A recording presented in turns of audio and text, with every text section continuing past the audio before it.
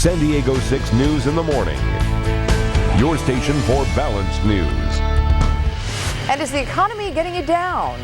Physically, our next guest will tell us how to manage stress and feel better.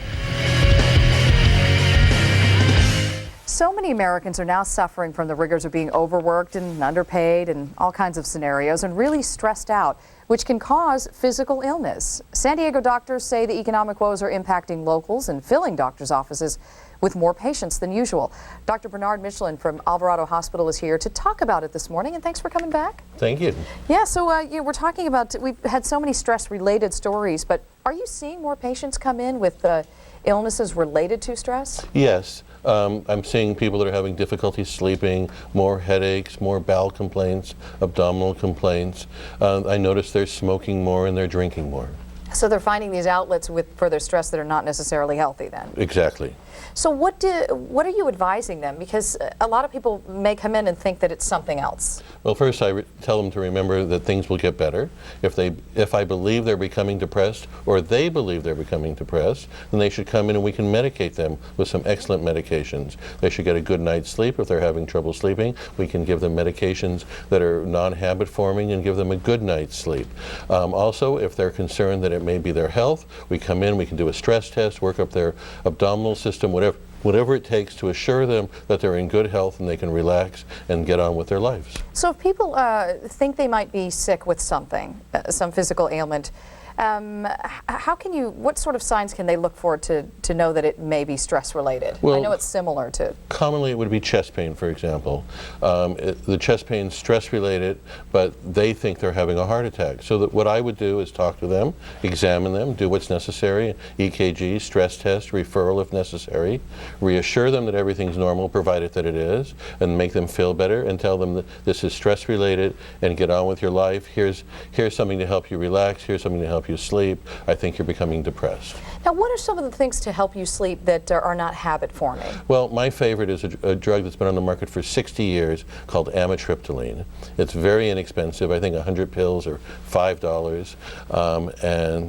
Is it something over the counter? No, it's not over the counter. It's by prescription. Okay. Your physician will teach you how to take it, but it's very safe, non-habit forming, inexpensive, and generic. So what more could you ask for? And then what about this fight or flight condition? A lot of people have that, where that panic. When you're stressed and you're scared and you're panicky, that's when you have a lot of adrenaline. Adrenaline causes your blood pressure to go up, become sweaty, causes your heart rate to go up. It can give you sensations of palpitations, pounding in your chest, or chest pain. Feeling like you're going to die. Or you're going to die. It can also give you diarrhea and abdominal cramping. The whole idea of that was to get you to do something different, to run away or to fight or flight. Today we don't really have those options, but you should listen to your body and you should act upon it. In other words, if you feel stressed, then do something about it. See your physician, get some medication, or do something to relieve the stress. But to do nothing, to smoke more, to drink more, or to lay at home awake at night is not the right thing to do. And then also talk about the digestive tract, because for me and a lot of people that I know, it all goes to the stomach. You feel that nausea when you're stressed out. That's very common. Think about it. Ulcer disease used to be very common in the 50s and 60s. It's where everybody took everything out on. Or cramping. Oh, I have terrible diarrhea when we're nervous. Or they get constipated. Sometimes they call it irritable bowel syndrome, for example, is a very common one. Okay, so we have some tips here, best ways to battle stress. So we'll go over these really quickly in the remaining time. And it all starts with a good night's sleep? You have to get a good night's sleep. If you don't get a good night's sleep, then you wake up tired, you're in a bad mood, and so where are you going to go from there?